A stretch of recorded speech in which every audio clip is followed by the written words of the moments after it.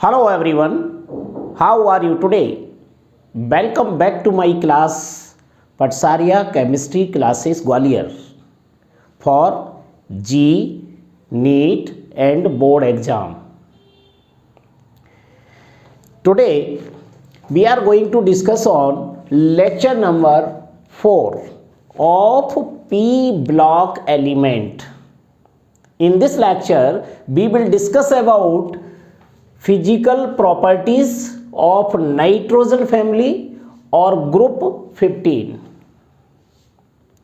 This lecture is very important for those students who are preparing for G or NEET with 12th CBSE board exam. So let's start without delay. But kindly request, please like, share and subscribe my channel. आज के इस lecture में मैं आपको complete nitrogen family की physical property सिखाने वाला हूं। ये कंप्लीट 6 फिजिकल प्रॉपर्टी आपके सिलेबस में है और इन 6 फिजिकल प्रॉपर्टी की हम आज स्टडी करेंगे बड़े सिंपल तरीके से, जितनी हमें कंपटीशन में ज़रूरत है। जितना एक्सप्लेनेशन ज़रूरत है आप उतना एक्सप्लेनेशन याद में रखोगे, ठीक है, क्योंकि डिटेल स्टडी इसकी मैं 11th वाले सिलेबस में कराऊंगा, जो आप पहले से कर चुके होंगे और जिनको मेरा वीडियो देखना है वो 11th वाली स्टडी में जाकर के वो लेक्चर देख सकते हैं। तो चलिए आज सबसे पहले मैं बता दूं आपको कि ये फिजिकल प्रॉपर्टी आपको किस वे में तैयार करना है और कैसे तैयार करना है। तो सबसे पहली फिजिकल प्रॉपर्टी होती है नाइट्रोजन फैमिली में एटॉमिक एंड आयोनिक रेडाई। इसका डिटेल मैंने लेक्चर नंबर 3 में आपको दिया है, फिर भी आज शॉर्ट में बता रहा हूँ। सेकेंड है ionisation enthalpy, third is electronegativity, fourth is melting and boiling point, fifth is density and 6 number पे है मेटेलिक करेक्टर। ये सभी आपको बताना है कि ग्रुप में ऊपर से नीचे आने पर यानी nitrogen, phosphorus, arsenic, antimony, bismuth इधर की तरफ जाएंगे तो ये प्रॉपर्टी इंक्रीज होगी या डिक्रीज होगी। अगर ऐसा हो रहा है तो सिंपल सा एक्सप्लेनेशन याद करिए क्यों हो रहा है, क्योंकि पेपर में उतना ही लिख के आता है। तो राइट, तो सबसे पहले मैं आपको बता दूं atomic and ionic radii down the group from nitrogen to bismuth क्या होगी। देखिए यहां पर आपको याद रखना है increases,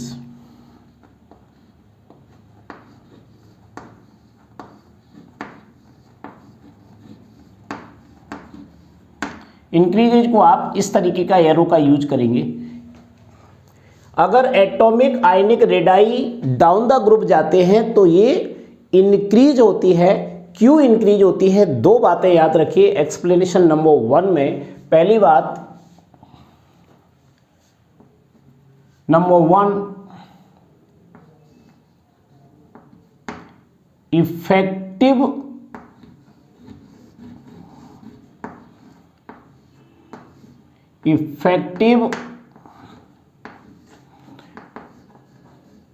nuclear charge increases, effective nuclear charge, ये एक्सप्लेनेशन याद रखिए। इसकी वजह से ये इंक्रीज होती है क्योंकि इफेक्टिव न्यूक्लियर चार्ज डिक्रीज होता है।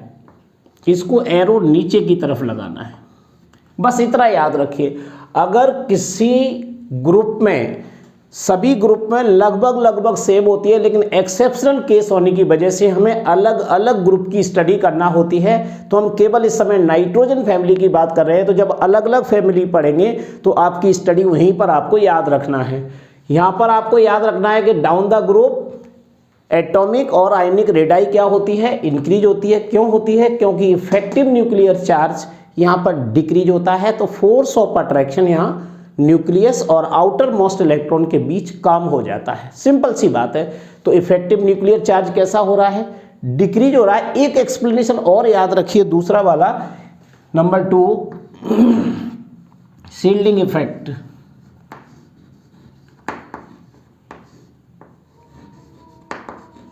शील्डिंग इफेक्ट ये जस्ट इसका अपोजिट होता है और शील्डिंग इफेक्ट यहाँ पर इंक्रीज हो रहा है।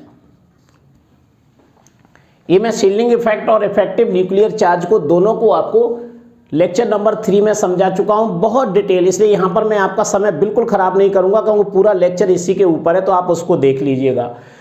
इफेक्टिव न्यूक्लियर चार्ज क्या होगा, डिक्रीज होता है और शील्डिंग इफेक्ट इंक्रीज हो रहा है, और इन दोनों चीज़ों में आप देखोगे नंबर ऑफ सेल्स भी इंक्रीज हो रही हैं। ये आपको एक्स्ट्रा याद रखना पड़ेगा, नंबर ऑफ सेल्स बढ़ेंगे तो साइज बढ़ेगा, ये सिंपल हम जानते हैं।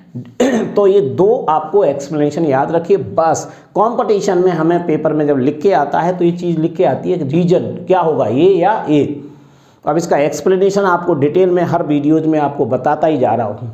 ये आपकी बात क्लियर हो गई। इंक्रीजेज, यहाँ पर effective nuclear charge decreases, arrow नीचे लगा हुआ है, और shielding effect increases. First number समझ में आ गया। अब देखिए सेकेंड नंबर है आयोनाइजेशन एंथैल्पी। आयोनाइजेशन एंथैल्पी क्या होती है? आयोनाइजेशन एंथैल्पी होती है कि आउटर मोस्ट सेल से इलेक्ट्रॉन को लूज करना। तो अगर force of attraction between outermost shell and nucleus अगर कम होगा तो आसानी से लूज हो जाएगा। तो यहाँ पर आयोनाइजेशन एंथैल्पी पूछ रहा है, तो ये काय पे डिपेंड करेगी? ये भी एटॉमिक साइज पर डिपेंड करेगी। अगर एटॉमिक साइज ज़्यादा है तो न्यूक्लियस और आउटर मोस्ट सेल के बीच फोर्स ऑफ अट्रैक्शन कम होगा, इलेक्ट्रॉन आसानी से लूज होगा, निकल जाएगा बाहर। तो आयोनाइजेशन एंथैल्पी के बारे में क्या सोचेंगे हम? यहाँ लिखेंगे डिक्रीजेस।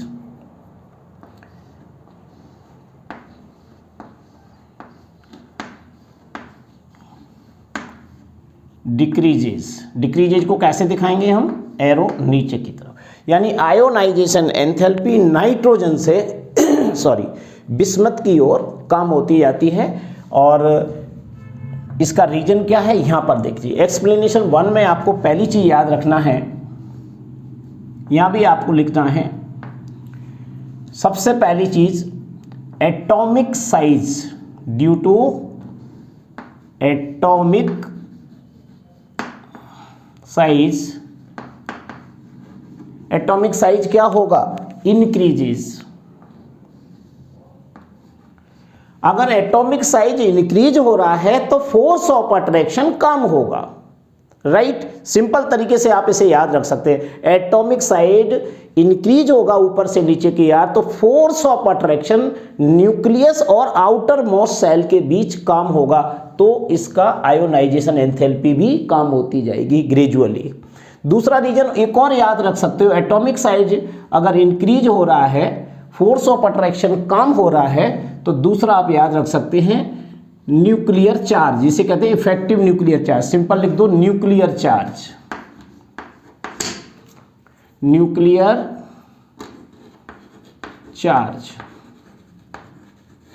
न्यूक्लियर चार्ज क्या होगा? न्यूक्लियर चार्ज, क्योंकि ये डिक्रीज हो रहा है तो इसका मतलब न्यूक्लियर चार्ज कम हो रहा है।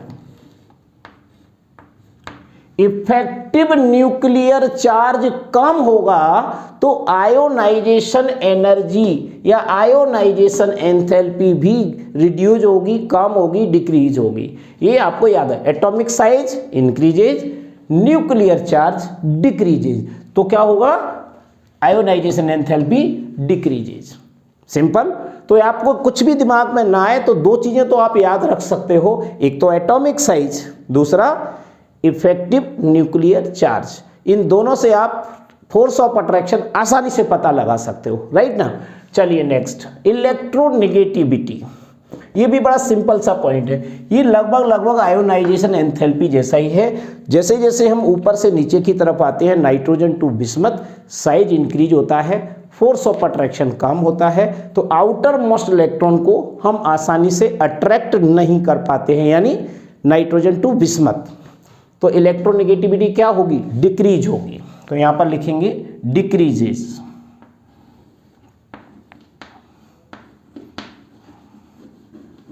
डिक्रीजेज, इसको भी हम एरो ऐसे लगाएंगे। तो क्या हो रहा है? इलेक्ट्रोनेगेटिविटी यानी आउटर मोस्ट इलेक्ट्रॉन को अट्रैक्ट करना, ये डिक्रीज होगा। रीजन क्या हो सकता है? पहला, फोर्स ऑफ अट्रैक्शन। ऐसे करके लिख लो, फोर्स ऑफ अट्रैक्शन।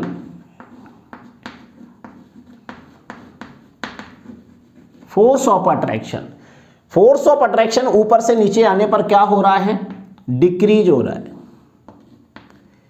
यानी एटॉमिक साइज इंक्रीज होगा तो फोर्स ऑफ अट्रैक्शन डिक्रीज होगा, तो इलेक्ट्रॉन को आसानी से ये अट्रैक्ट नहीं कर पाएगा। और ये फोर्स ऑफ अट्रैक्शन भी डिक्रीज क्यों हो रहा है, इस साइज पे डिपेंड है। और दूसरा रीजन क्या हो सकता है, और दूसरा रीजन हो सकता है फिर से वही इफेक्टिव न्यूक्लियर चार्ज, क्योंकि फोर्स ऑफ अट्रैक्शन कम हो रहा है।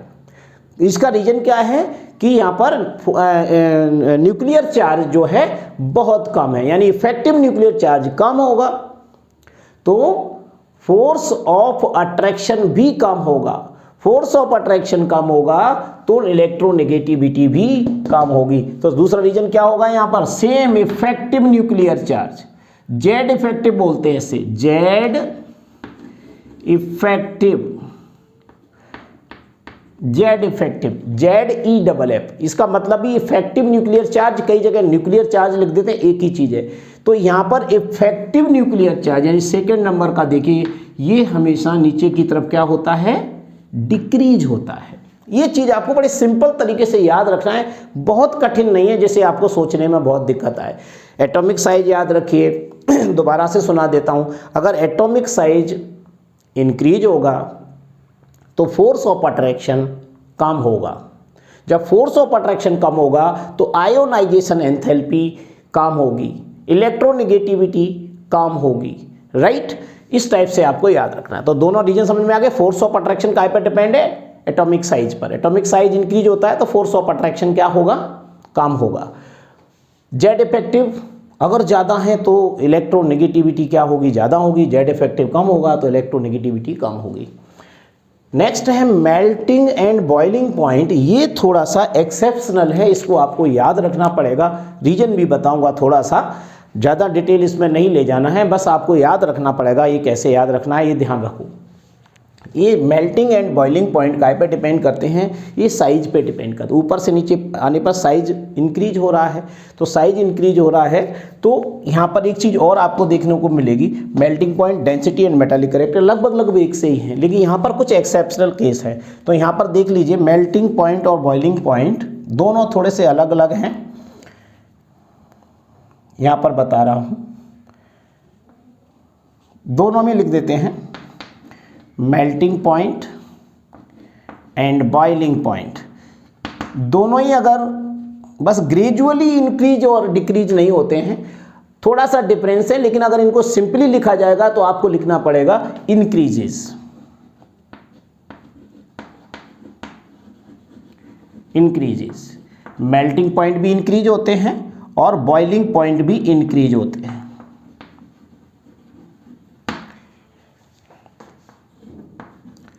अब देखिए दोनों में थोड़ा सा डिफरेंस है, आपको इसमें मैं एक्सप्लेनेशन बता रहा हूं, उसको आपको दिमाग में रखना है। यहां पर मेल्टिंग पॉइंट की बात करेंगे तो इस तरीके से आपको रहेगा, ये nitrogen is greater than phosphorus. उसके बाद में आप देखेंगे तो ये आएगा यहां पर बिस्मथ, उसके बाद आएगा एंटीमनी, उसके बाद आएगा आर्सेनिक। जबकि फास्फोरस के बाद आना कौन था, आर्सेनिक आना था, उसके बाद फिर एंटीमनी अपनी जगह पे ही है, उसके बाद बिस्मथ आना था। केवल एक चेंज हो गया ये वाला, nitrogen, phosphorus, bismuth, antimony and arsenic. इस तरीके से इंक्रीजिंग ऑर्डर होता है। तो यहाँ पर ये एक्सेप्शन है, इसको आपको याद रखना है। बॉइलिंग पॉइंट में इससे भी ज़्यादा आपको याद रखना पड़ेगा। ये नाइट्रोजन की जगह फास्फोरस आता है और फास्फोरस की जगह नाइट्रोजन आएगा इस तरीके से। उसके बाद आर्सेनिक की जगह में कोई चेंजिंग नहीं है। उसके बाद एंटीमनी की जगह बिस्मथ आ जाएगा और बिस्मथ की जगह एंटीमनी आएगा। देखिए ये चेंज हुआ है, नाइट्रोजन फास्फोरस और एंटीमनी बिस्मथ। ग्रेजुअली इंक्रीज नहीं है लेकिन इंक्रीज हो रहा है, तो आप लिखेंगे यहाँ पर इंक्रीज है जी, लेकिन यहाँ पर आपको ध्यान रखना पड़ेगा किसका ज़्यादा है किसका कम है। ये मैंने दोनों इसलिए अलग अलग आपको बताए हैं। इस तरीके से होता है, ये आपको एक्सेप्शन के रूप में याद रखना है। रीजन क्या हो सकता है दोनों में? रीजन ये है, मैं आपको सिंपल बोल के बता दूं, यहाँ पर थोड़ा सा लिख दूंगा। एक वर्ड होता है इनर्ट पेयर इफेक्ट। ये ऊपर से नीचे आने पर जब नॉन मेटल से मेटल की तरफ आते हैं, ठीक है, तो इसमें ग्रेजुअली चेंज होता है। मेटल्स जो होते हैं वो 5 कोवैलेंट बॉन्ड न बना करके 3 कोवैलेंट बॉन्ड बनाती हैं। इसी को बोला जाता है inert pair effect. Inert pair effect की वजह से यहाँ पर इसमें ये एक्सेप्शन केस माना जाएगा। तो यहाँ पर आप नंबर 2 में लिख सकते हैं, यहाँ पर ड्यू टू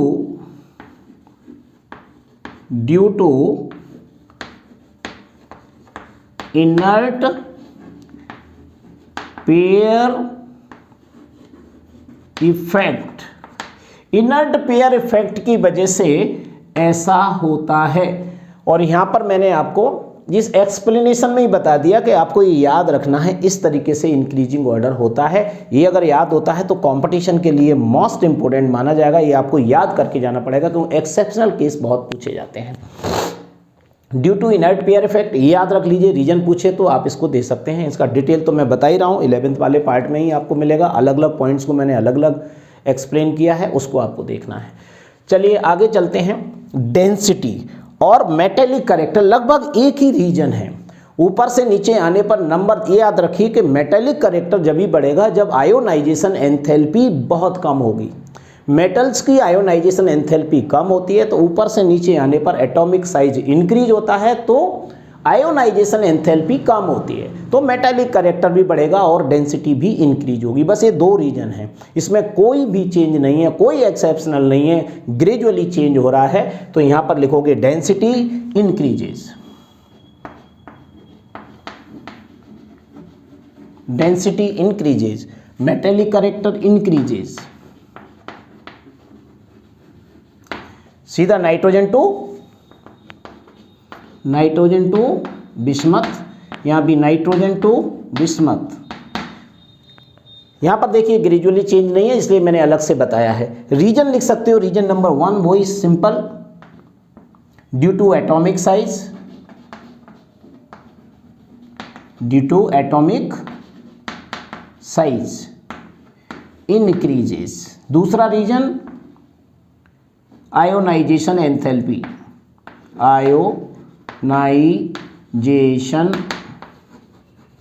एनर्जी, आयोनाइजेशन। अब देखिए explanation number 2 main ionization energy. Ionization energy metals की हमेशा कम होती है। जितने आसानी से इलेक्ट्रॉन को डोनेट करेगा उसका मेटेलिक कैरेक्टर उतना ज़्यादा होगा, तो हमेशा आयोनाइजेशन एनर्जी क्या होगी? डिक्रीज होगी।